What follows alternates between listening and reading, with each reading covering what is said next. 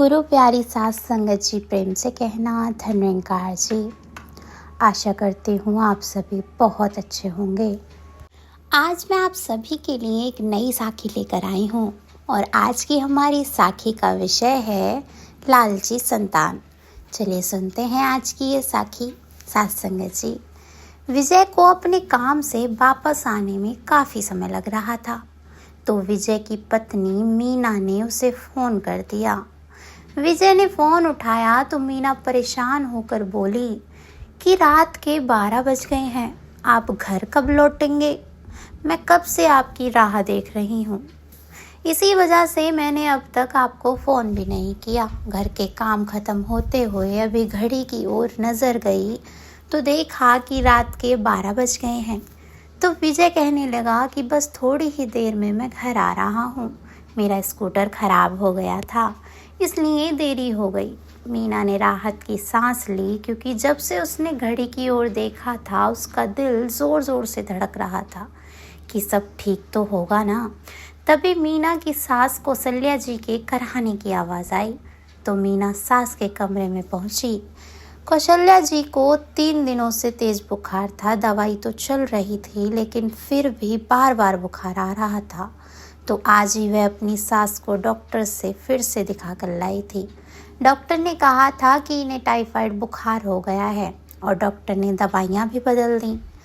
मीना की सास के कमरे गई तो कौशल्या जी ने कहा, बहू ज़रा पानी पिला दो, मेरा गला सूख रहा है और मुझे तो नींद भी नहीं आ रही।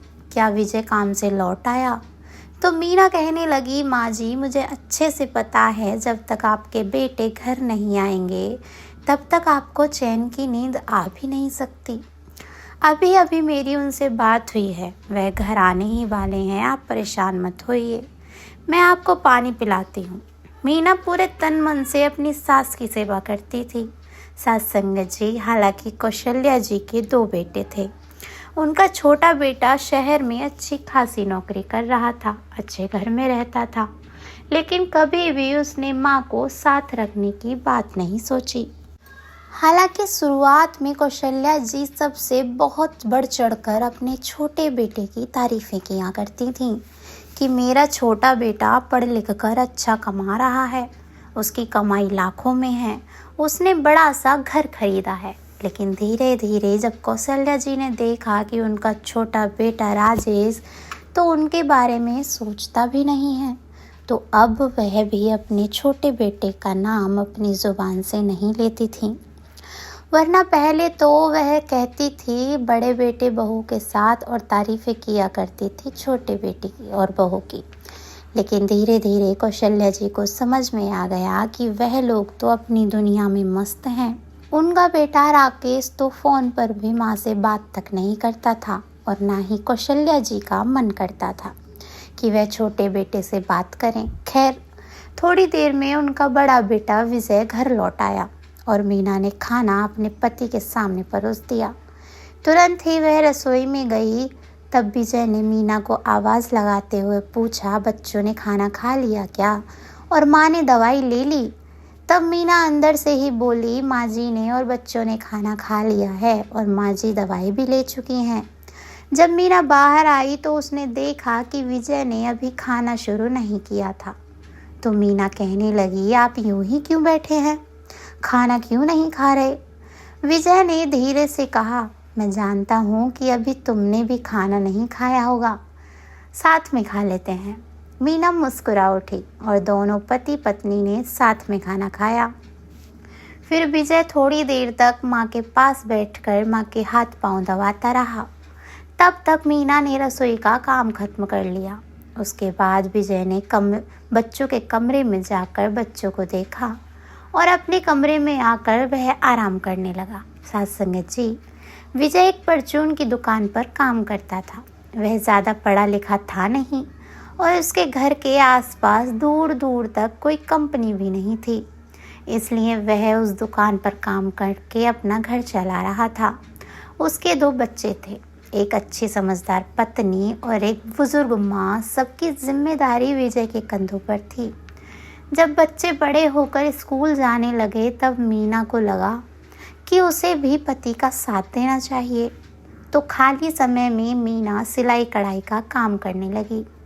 सिलाई मशीन वो अपने मायके से लेकर आई थी।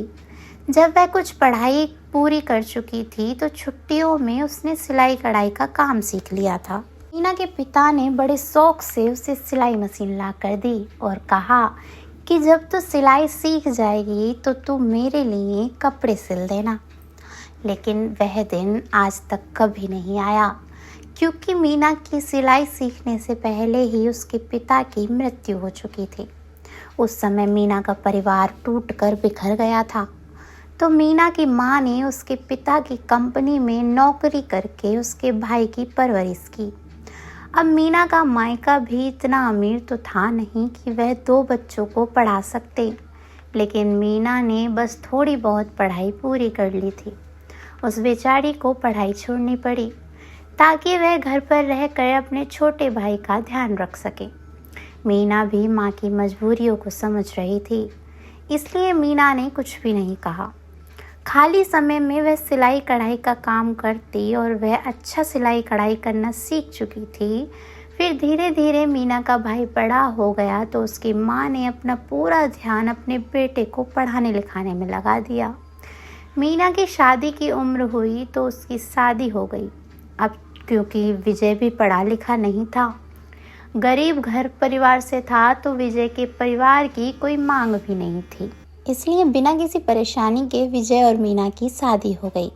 तो मीना ने शुरुआत से ही संघर्ष भरा जीवन देखा था, इसलिए वह पति के संघर्ष में साथ खड़ी थी। बाद में शादी के बाद वो सिलाई मशीन अपने साथ ले आई थी, तो आज वही मशीन उसके काम आ रही थी। सत्संग जी, अगली सुबह मीना सोकर उठी तो सबसे पहले सास के पास गई और उनकी तबीयत पूछने लगी। आज उसे थोड़ा चैन आया, क्योंकि आज उसकी सास की तबीयत कुछ ठीक लग रही थी। फिर रोज की तरह मीना घर के कामों में लग गई। सबको नाश्ता देने के बाद उसने भी नाश्ता कर लिया। इसके बाद विजय अपने काम पर जाने के लिए निकल गया। मीना के बच्चे भी स्कूल चले गए, तो मीना सिलाई कढ़ाई का काम करने लगी। उसकी सास आराम कर रही थी कि तभी उसके दरवाजे पर दस्तक हुई। मीना को लगा कि कोई सिलाई कढ़ाई का काम करवाने आया होगा। उसने जाकर दरवाज़ा खोला तो सामने उसका देवर राकेश खड़ा था।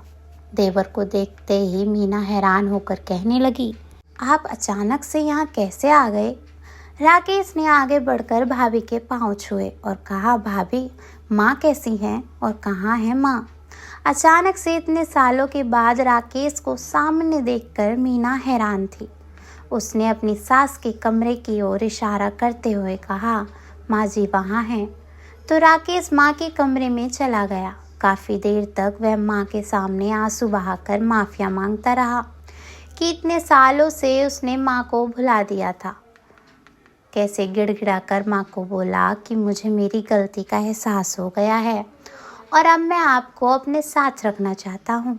अब वैसे भी कौशल्या जी की उम्र हो गई थी और इस उम्र में वह अपने बड़े बेटे को छोड़कर कहीं जाना नहीं चाहती थी, क्योंकि आए दिन वह कहानियाँ किस्से सुनती थीं जहाँ पर लोग शहर ले जाकर माँ बाप के साथ दुर्व्यवहार करते हैं।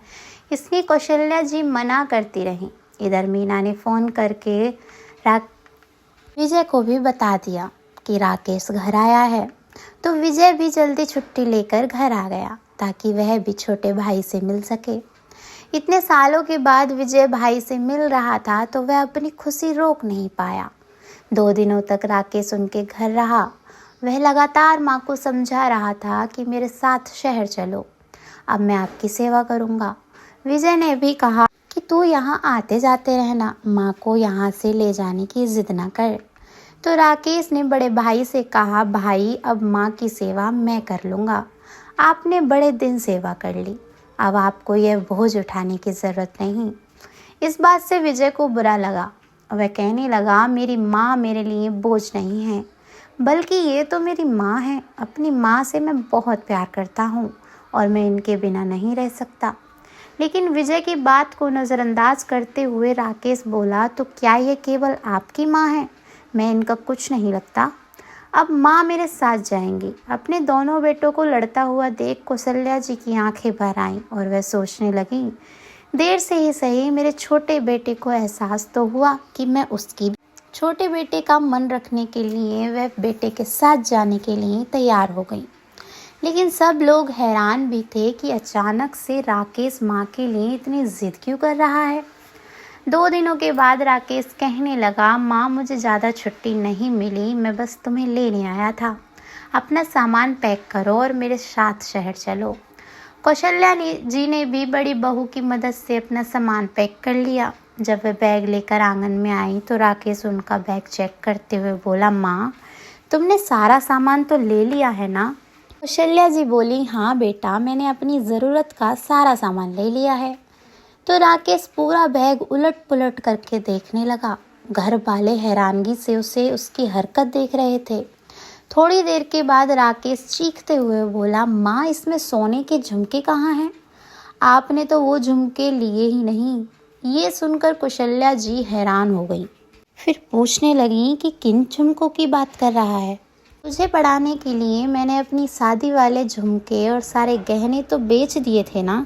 राकेश ने अपना फ़ोन निकालते हुए कहा कि ये देखो माँ, हमारी चाची जी ने अपनी फ़ोन पर एक फ़ोटो लगाई हुई थी। तुम उनके यहाँ शादी में गई थी और तुमने ये झुमके वहाँ पहने थे। तो ये झुमके कहाँ हैं? ये भी साथ ले लो। अब कौशल्या जी कुर्सी पर बैठ गईं और उनकी आंखों में आंसू आ गए। वो कहने लगी, बेटा अगर तू इन सोने के झुमकों को देखकर मुझे लेने के लिए यहाँ आया है तो तू चला जा, क्योंकि ये झुमके मेरे नहीं हैं। ये झुमके मुझे मेरी बड़ी बहू ने अपनी मेहनत की कमाई से खरीद कर पहनने के लिए दिए हैं, ताकि शादी में कहीं जाते समय मुझे शर्मिंदगी महसूस ना करनी पड़े। तू अब मुझे भी समझ में आ गया है, ये झुमके तुझे नहीं मिलेंगे। ये सुनकर राकेश गुस्से में भड़क कर कहने लगा कि तेरा मेरा क्या होता है? माँ, जो चीज़ तुम्हारी है उस पर मेरा भी हक बनता है। इतने महंगे झुमके पहनकर घूम रही हो तुम और सब कुछ अपनी बड़ी बहू को देना चाहती हो। क्या इन झुमकों पर मेरी पत्नी का हक नहीं? तुम मेरे साथ चलो, ये सब बातें मुझे नहीं सुननी, और झुमके साथ ले लो। अब तो सारी बातें साफ हो गई थी कि राकेश तो झुमकों को देखकर उसी के लालच में वहाँ आया था। उसे माँ से कोई मतलब ही नहीं था। तो कौशल्या जी दर्द भरी आवाज़ में बोली, बेटा अगर मैं सीधे सीधे तुझे झुमके दे दूँ और खुद ना जाऊँ तो तू भी चला जाएगा ना?